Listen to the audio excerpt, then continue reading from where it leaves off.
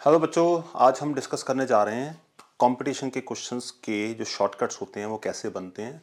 और इस क्वेश्चन के माध्यम से I will try to explain it to you. Listen to me carefully. यहाँ पे मुझे एक स्क्वायर दे रखा है, स्क्वायर के अंदर एक लीफ बना हुआ है, ठीक है। तो हमें इस लीफ का एरिया निकालना है। ये क्वेश्चन आपको किसी भी रेफरेंस बुक में, एनसीईआरटी एग्जाम्पलर में इस तरह के क्वेश्चन भर भर के मिल जाएंगे। So let us see carefully. इस लीफ का हमें एरिया निकालना है। सबसे पहले आपको क्वेश्चन देखने का पर्सपेक्टिव बदलना होगा। लीफ का एरिया निकालने के लिए अगर आप देखेंगे तो लीफ इटसेल्फ अपने आप में कोई शेप नहीं है जिसका एरिया हमें निकालना आता है। तो हम क्या करेंगे, इस लीफ को पहले तो दो भागों में बांट लेते हैं, फिर देखते हैं इसके साथ कैसे खेलना है।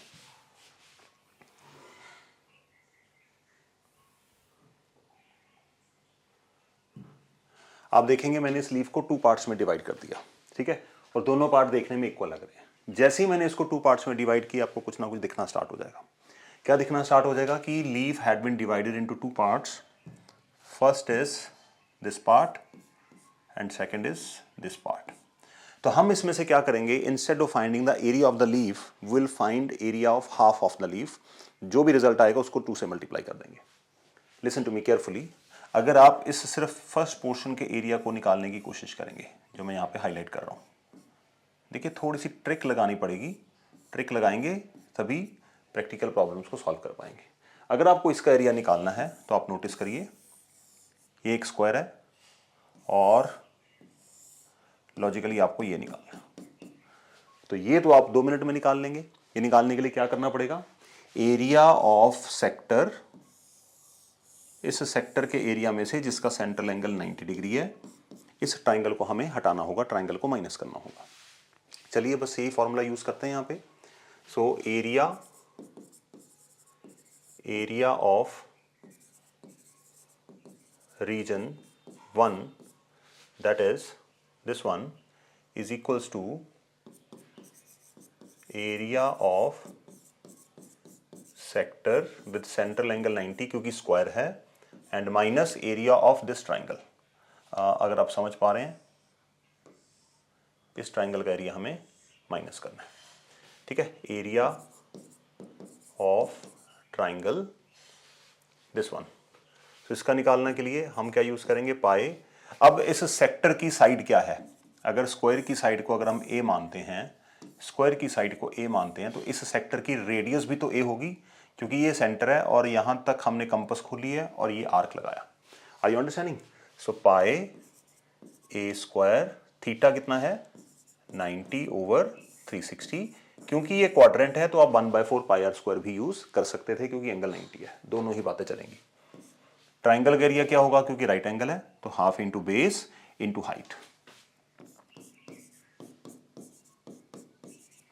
सही है जी। तो ये बन गया आपका 1/4 पाई ए स्क्वायर माइनस हाफ ए स्क्वायर।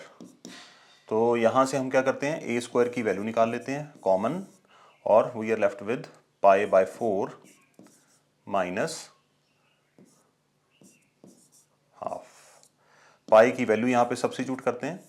पाई की वैल्यू होगी 22/7, तो 7 4 28 माइनस हाफ। ठीक है जी, समझ पा रहे हैं क्या कर रहा हूं मैं? सिर्फ और सिर्फ कॉमन लिया है और जो भी कैलकुलेशन बनेगी वही हमारा आंसर यहाँ पे बनने वाला है। तो 28 एलसीएम आया, 28 divide by 28, 22, 28 divide by 2 14। So what we are left with, a square 22 minus 14, 22 minus 14 that is 8/28। और इसको फर्दर सिंप्लीफाई करेंगे, you will be getting 4 2s and 4 7s। इसका मतलब जो 1 पार्ट है उसका एरिया आ गया 2/7 ए स्क्वायर। फर्स्ट पार्ट का एरिया आ गया 2/7 ए स्क्वायर, दिस पार्ट। ठीक है, अगर इसका ट्वाइस करेंगे तो आपके पास पूरे लीफ का एरिया आ जाएगा। तो therefore what will write here,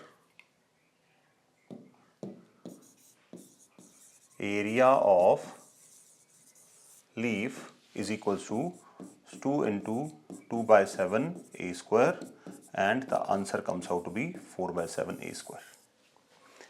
So इस लीफ का एरिया क्या होगा, स्क्वायर की साइड जो है, स्क्वायर की साइड जो कि a है, ए का स्क्वायर करेंगे और उसका 4/7 टाइम्स। तो इस लीफ का एरिया अगर आपको कभी भी निकालने के लिए आ जाए तो आपको ज़्यादा दिमाग नहीं लगाना, स्ट्रेट फॉरवर्ड ये फॉर्मूला यूज़ कर सकते हैं अगर आप कोई MCQ क्वेश्चन सॉल्व कर रहे हैं तो इसका एरिया क्या होगा, अगर स्क्वायर की साइड ए है तो 4/7 ए स्क्वायर।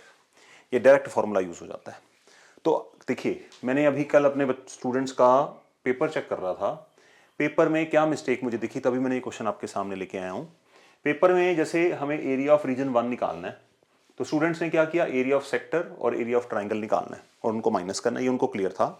बट कई स्टूडेंट्स ने क्या किया, एरिया ऑफ सेक्टर अलग से निकाला, एरिया ऑफ ट्राइंगल की कैलकुलेशन अलग से की और फिर उनको माइनस किया। तो अगर आप ऐसा कर रहे हैं तो मेंसुरेशन के क्वेश्चन आपको बहुत मुश्किल लगने वाले हैं। तो मेरा आइडिया क्या है, मेरा आइडिया ये है कि आप जो चीजें ऐड करनी है, सब्ट्रैक्ट करनी है, सबको इकट्ठे ही यहां पे नोट कर लें और नोट करने के बाद उसको अलजेब्रिकली पहले सॉल्व करें, बाद में वैल्यूज के साथ खेलें। तो अगर मैं यहाँ पे वैल्यूज डालता पूरी कैलकुलेशन करने के लिए तो मेरे पास बहुत बड़ी ट्रबल आ जाती, बट मैंने यहाँ पे क्या किया, फॉर्मूले को ही चलाता रहा, अलजेब्रा को यूज किया और लास्ट में मेरे पास एरिया ऑफ लीफ कितना आया, 4/7 ए स्क्वायर। तो 4/7 ए स्क्वायर का फॉर्मूला मैंने याद कर लिया। और दूसरी बात यह है कि अगर याद नहीं भी किया तो इसमें वैल्यू डाल के निकालना आसान है। तो जब भी आपके पास लीफ का एरिया आएगा आपको क्या करना है, 4/7 ए स्क्वायर यूज करेंगे तो आपका आंसर बन जाएगा। फॉर एन एग्जाम्पल, अगर हम यहाँ पे साइड लेते हैं, साइड ऑफ स्क्वायर इज 16, ठीक है। सो आपका एरिया क्या आएगा, 4/7 इस लीफ का एरिया, 4/7 ए स्क्वायर, 16 का स्क्वायर एंड 4/7 इंटू 256, जो भी आपकी कैलकुलेशन बनेगी वही आपका आंसर यहाँ पे बन जाएगा।